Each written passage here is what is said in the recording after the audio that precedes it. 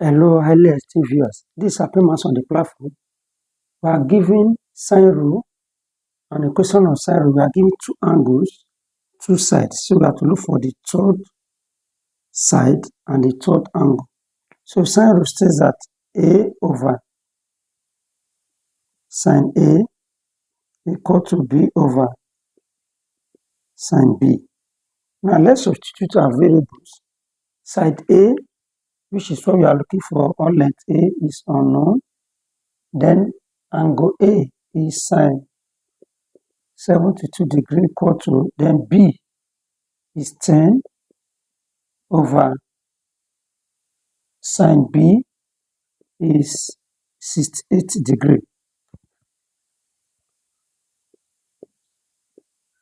Now let's cross multiply. This will multiply this will give us A sine 68 degrees equal to 10 times sine 72.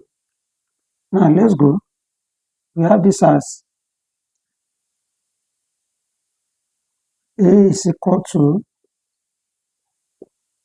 sine 68, then 10 times sine 70 degrees. Now let's go. Sine 72 times 10. That will give us 9.510101 over then sine 68. That will give us 0.9272. Let's divide to get our final answer. Then we have it as 9.5101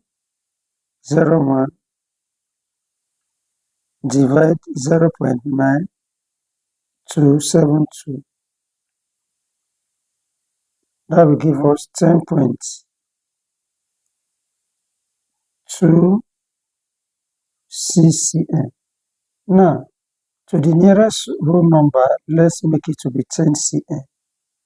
That means that side A is 10.